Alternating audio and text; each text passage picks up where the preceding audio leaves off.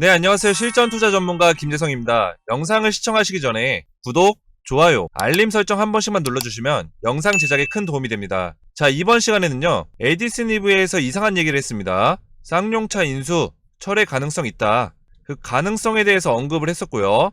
쌍용차 인수에 대한 내용들 중점적으로 한번 다뤄볼 건데요. 2022년 새해 이벤트 먼저 간단하게 소개해드리고 본론으로 넘어가도록 하겠습니다. 자, 2022년 새해가 밝았습니다. 1월 무료 단타 이벤트를 진행하고 있는데요. 오늘도 많은 분들이 참여를 해주셨고요. 아래 번호로 단타라고 문자 보내주신 분들에게 제가 당일 급등할 종목으로 보내드리고 있습니다. 오늘 무료 단타 종목으로는 KCC 보내드렸고요. 자, 기사 하나 보시면 KCC 실리콘 관련주인데 최근 실리콘이 전기차에 필요한 자재로 급부상이 되면서 전기차 관련 매출이 큰 폭으로 확대가 됐었고 높은 이익 창출 전망되면서 시장에서는 이제 저평가다 이런 분위기가 반영이 되고 있습니다. 그러면서 이제 실리콘 관련주들이 최근에 좋은 흐름을 보여주고 있고요. 오늘 장중 21%까지 이제 급등이 나왔는데 최근 실리콘주 흐름이 다시 좋아졌기 때문에 제가 오늘 아침 시초가에 동시효과 수급 7% 이제 강한 수급 확인 후에 시초가에 매수하시라고 매수타점 정확하게 보내드렸습니다. 그러면서 이제 오늘 7.13%에 247만원의 수익이 났는데요. 자, 문자로 단타 보내주셔서 단타 이벤트 참여하셔서 수익 보신 분들 정말 진심으로 축하드리고요. 아래 번호로 이렇게 단타라고만 미리 문자 보내주시면 제가 매일 아침 이벤트 종목을 보내드리고 있습니다.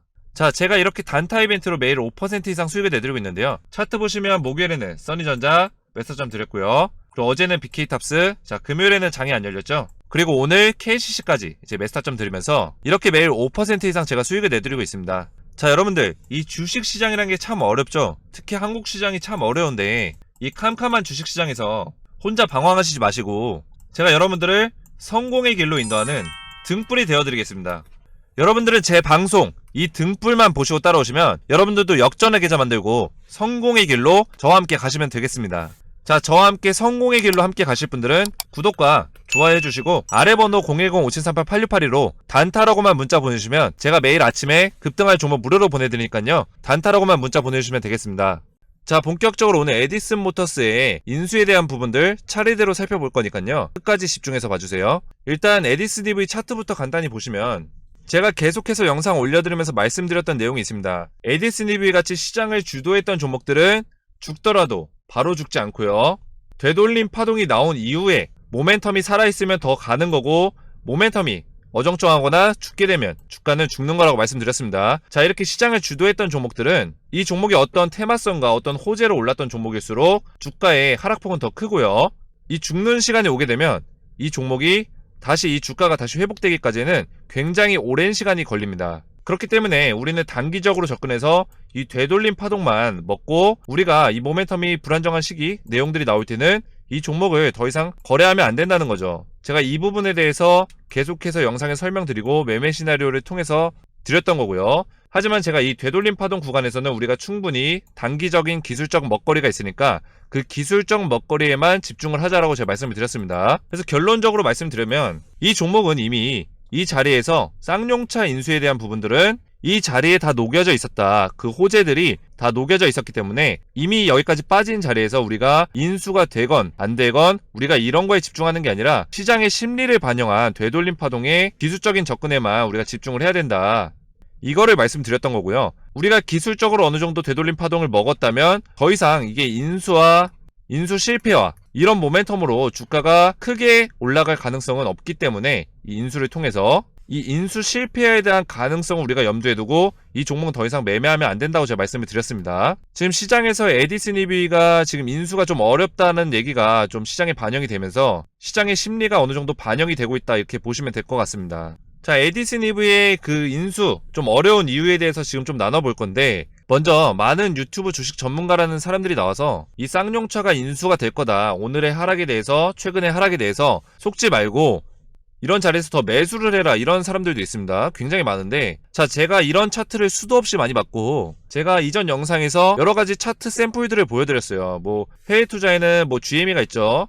게임스타 또 이런 차트가 나왔었고요. 우리나라로 따지면 뭐 삼성중공업, 뭐 한전기술도 있고요. 제가 많은 종목들을 예로 보여드렸습니다. 자, 한전기술 같은 경우는 원전 모멘텀이 살아있었기 때문에 주가가 오를 수 있었지만 뭐 GM이나 삼성중공업처럼 단기 모멘텀으로 올랐었던 종목들은 다 어떻게 됐죠? 상승 이후에 되돌림 파동 나오고 다 죽으러 갔습니다. 종목이 굉장히 오랜 시간 동안 죽어 있었고요. 자, 이런 과정들이 나오기 때문에 제가 에디슨 EV도 제 매매 시나리오 받으셔서 절대 다른 달콤한 얘기를 하는 다른 주식 가짜 전문가들의 영상을 보시고 위험한 투자를 하시면 절대 안 된다고 말씀을 드렸습니다. 제가 계속해서 말씀드렸던 내용들을 증명이라도 하듯이 오늘 기사가 하나 나왔습니다. 쌍용차 인수 호재 뒤에 에디슨 EV 대주주 5곳에서 주식을 다 처분했다, 이런 내용이 나왔습니다. 자, 이 기사를 왜 오늘에서 얘기를 했을까요? 자, 1월 4일인데 대주주들이 주식을 다 팔았다는 내용을 오늘에서 얘기를 했습니다. 이게 언제적 얘기냐면 대주주들이 언제 팔았냐면 바로 이 자리에서 팔았습니다, 여러분들.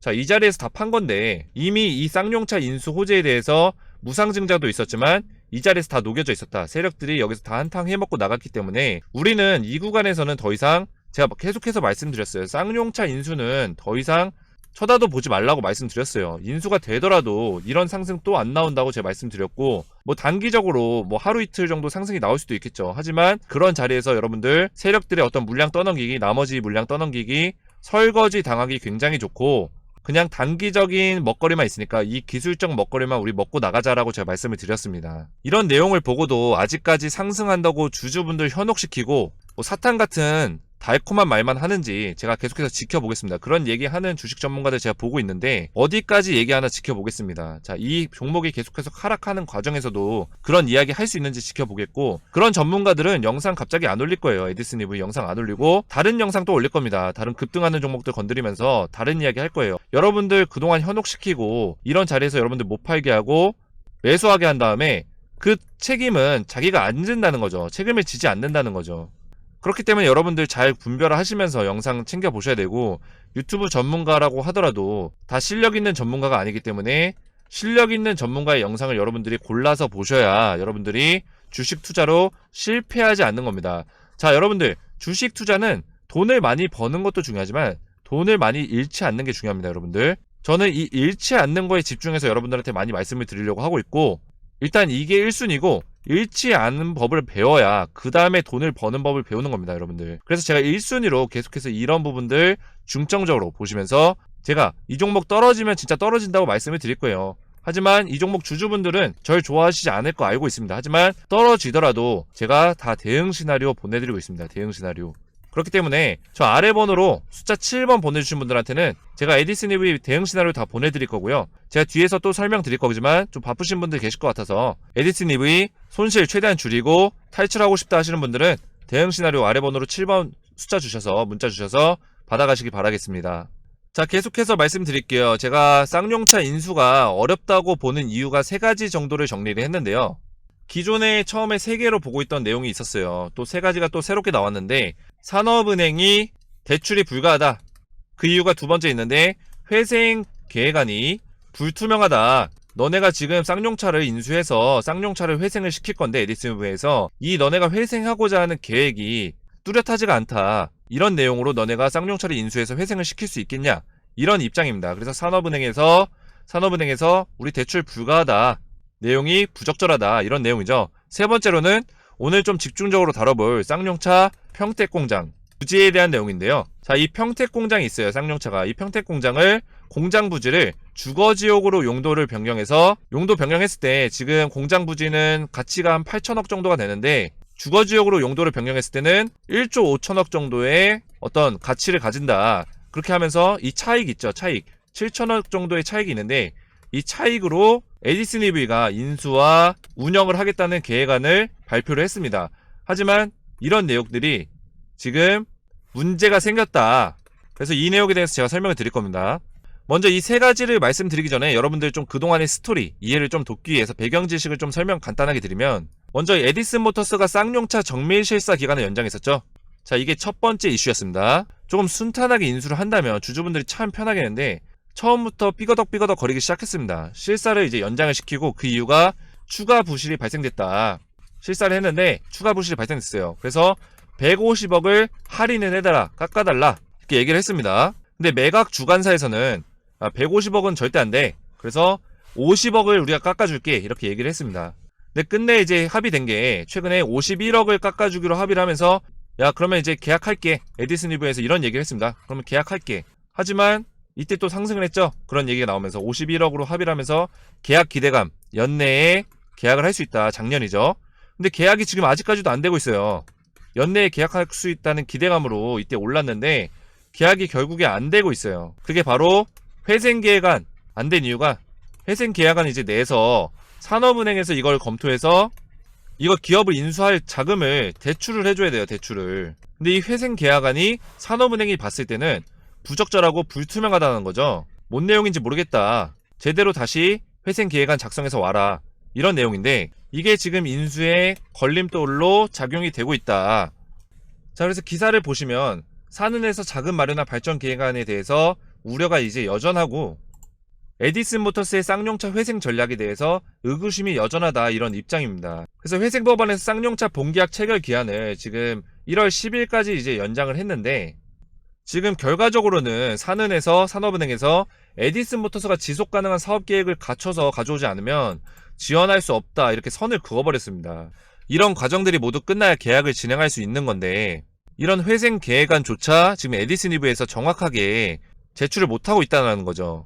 자, 이 평택 공장 부지가 왜 문제가 되냐면 지금 에디슨 모터스의 계획은 이 평택 공장 부지를 주거지역으로 변경을 해서 쌍용차의 인수 운영 자금 1조 6천억 원의 절반인 8천억 원을 이 공장 부지를 담보로 해서 산은에서 대출을 하려는 계획이었어요. 근데 이 공장 부지가 원래는 1조 5천억 정도로 지금 가치를 평가를 받아서 대출을 하려고 했던 건데 지금 평택시에서 뭐 듣도 보다 못한 이야기다. 우리는 그런 승인을 해본 적도 없고 협의를 한 내용도 없다. 이렇게 밝히면서 이게 지금 문제가 되는 거죠. 이런 구설수에 지금 오르면서 산은에서는 이런 내용 가지고는 대출을 할 수 없다. 의구심을 지금 강력하게 표현하고 있고요. 이런 부분들이 일단 첫 번째로 큰 바운더리 안에서 첫 번째로 에디슨 EV가 쌍용차를 인수할 수 없는 첫 번째 문제고요. 두 번째로는 에디슨 모터스에서 갑자기 쌍용차 사업에 관여할 수 있도록 하는 조항을 계약사에 넣어달라고 했습니다. 자, 강영건 회장이 운영자금 사용처를 공유할 생각이 없다면 이 운영자금 사용처라는 거는 앞으로의 사업에 들어가는 운영자금들, 자, 사업에 대한 내용을 결과적으로 공유를 해달라는 거예요. 근데 쌍용차는 뭐라 했을까요? 당연히 좋았을 리가 없죠. 인수가 아직 확정도 안 됐는데 이 사업에 대한 내용을 에디슨 EV한테 공유를 해달라고 하면은 이 쌍용차 입장에서는 경영 간섭이 될 수 있기 때문에 어이가 없다. 어이가 없는 상황인 거고 이렇게 볼 수도 있는 건데 오히려 이제 강영건 회장은 우선협상 대상자 입장에서 운영 자금이 제대로 쓰이는지 사용처를 확인할 수 있어야 우리가 인수를 할 수 있는 건데 쉽게 말해서는 인수 과정에서는 시간이 발생되는데 그 사이에 운영 자금을 이제 함부로 이렇게 사용하게 되고 사업에 대한 내용들이 다 결정되어서 에디슨 모터스가 앞으로의 어떤 계획들 차질이 생기게 되면 사실상 에디슨 모터스는 돈 낭비를 하는 꼴이 되는 거니까 이런 것들을 좀 공유를 해달라 이런 입장인 겁니다. 그래서 이 에디슨 모터스는 결국에는 이 사업 운영 자금에 대해서 어떻게 쓰이는지 알고 싶고 간섭을 하고 싶다는 건데 왜냐면 이제 인수를 하게 되면 이 사업들이 다 결정이 된 상태에서는 에디슨 EV는 이 결정 사항에 대해서 그냥 그대로 갈 수밖에 없어요. 이걸 뒤집을 수 없는데 이거를 결정되기 전에 에디슨 EV가 자기들의 사업 방향과 맞지 않는 것들은 좀 간섭을 하겠다 이런 의미입니다. 근데 쌍용차는 이 간섭을 하는 게 지금 당장 인수가 안 됐기 때문에 싫다는 거고요. 불가능하다는 거고 자 이렇게 좀 의견이 좀 대립되면서 에디슨 모터스에서 폭탄 발언을 했습니다. 쌍용차 경영 관여 못하면 인수를 철회하겠다. 이런 가능성을 이제 언급을 했는데요. 자, 이런 부분들을 봤을 때 에디슨 모터스가 쌍용차를 인수하는 과정이 험난하다. 이게 두 번째 이유고요. 세 번째로는 쌍용차에서 중국의 BYD와 배터리 기술 협력 MOU를 체결했습니다. 자, 이게 얼마나 큰 이슈냐면 이 MOU를 체결한 이유가 결과적으로는 쌍용차에서 전기차 핵심 부품을 안정적으로 수급하기 위한 체계를 구축하겠다. 자체 생산할 수 있는 어떤 체계를 기술력을 구축하겠다는 건데 여기서 이제 문제가 되는 게 에디슨 모터스의 역할이 사라지게 되는 겁니다. 자, 여러분들 생각을 해보시면 에디슨 모터스가 쌍용차를 인수해서 하려는 게 뭐였을까요? 바로 신형 전기차를 현대차만큼이나 경쟁력 있게 개발을 해서 많이 파는 게 중요하겠죠. 그래서 어느 정도 쌍용차를 회생시키겠다. 이게 목적이었는데 그런데 전기차의 핵심 기술인 배터리, 팩 개발과 자체 생산 부분을 에디슨 모터스가 아닌 BYD랑 하겠다는 거죠. 이런 내용 때문에 이제 쌍용차가 에디슨 모터스를 먼저 버린 게 아닌가라는 분석이 나오고 있는 겁니다. 결국에 이 세 가지 이슈로 에디슨 모터스의 인수 가능성이 더욱 불투명해지고 있는 거고요. 현재 주가에도 그런 분위기가 지금 반영이 되고 있는 상태입니다. 자, 여러분들 흐름은 좀 지켜봐야겠지만 여기서 이제 인수가 된다고 하더라도 제가 말씀드렸지만 주가가 이런 식의 상승이 다시 나올 확률은 굉장히 낮고요. 만약에 이제 인수가 되더라도 단발적인 상승은 나올 수 있어요. 단발적인 상승은 나올 수 있지만 그런 단발적인 상승이 나왔을 때 여러분들은 그런 자리에서 무조건 꼭 탈출을 하셔야 됩니다. 탈출 꼭 하셔야 되고, 왜냐면 인수가 되더라도 단발적 상승 이후에 주가가 다시 하락할 가능성이 굉장히 크기 때문에 이 종목의 하락이 나왔을 때 다시 올라가려면 현대차만큼이나 경쟁력 있는 전기차를 출시를 해서 현대차에 버금가는 실적을 내야 됩니다. 그래야 에디슨 EV가 다시 주가가 상승할 수 있기 때문에 인수가 만약 되더라도 그 인수의 어떤 모멘텀으로 단기적으로 상승이 나왔을 때 여러분들은 꼭 탈출을 하셔야 된다, 이렇게 말씀드릴 수 있겠고요. 더 이상 우리가 이 종목으로 너무 큰 기대를 가지고 접근하기에는 지금 리스크가 있는 자리다, 이렇게 말씀드릴 수 있겠습니다. 에디슨 EV 아직 종목 보유 중이거나 종목 상담이 필요하신 분들은 아래 번호 010-5738-8682로 숫자 7이라고만 문자 보내주시면요, 에디슨 EV 종목 상담 해드리고 있습니다. 숫자 7번만 문자로 보내주시면 되고요. 자, 여러분들 에디슨 EV 탈출 시나리오로 여러분들 조금의 손실 보시더라도 탈출 시나리오 꼭 받으셔서 여러분들 안전하게 탈출하셔야 되고요. 제가 탈출 시나리오 다 준비를 했습니다. 자, 약간의 손실은 제가 여러분들 이거 손실 메꾸실 수 있도록 1월에 상승 나올 제가 시장 주도주 종목까지 총 3종목을 같이 보내드리고 있습니다. 제가 여러분들 이 종목들 투자하셔서 충분히 에디슨 EV 손실 메꾸실 수 있으니까 이 탈출 시나리오 받으셔서 대응하시기 바라겠습니다. 아래 번호로 숫자 7번만 문자로 보내주시면 됩니다. 주주분들 힘내시고요. 다음 시간에 뵙겠습니다. 감사합니다. 자, 여러분들 2022년 이민년 새해맞이 깜짝 퀴즈 이벤트를 준비했습니다. 여러분들 퀴즈 정답을 맞추신 분들께 다음 주에 15% 이상 상승이 나올 단기 수익 종목을 무료로 보내드릴 거고요. 자, 그럼 문제입니다. EMA 유럽의약품청에서 최근 승인한 5번째 백신이자 단백질 제조합 합성항원 방식으로 만든 백신의 이름은 무엇일까요? 자, 1번 노바백스, 2번 화이자, 3번 모더나. 퀴즈의 정답을 알고 계신 분들은 아래의 번호로 정답 숫자만 보내주시면 정답을 맞추신 분들 중 추첨해서 제가 다음 주에 15% 이상 상승이 나올 단기 수익 종목을 무료로 보내드리겠습니다. 아래 번호 010-5738-8682로 정답 번호만 숫자로 보내주시면 되겠습니다.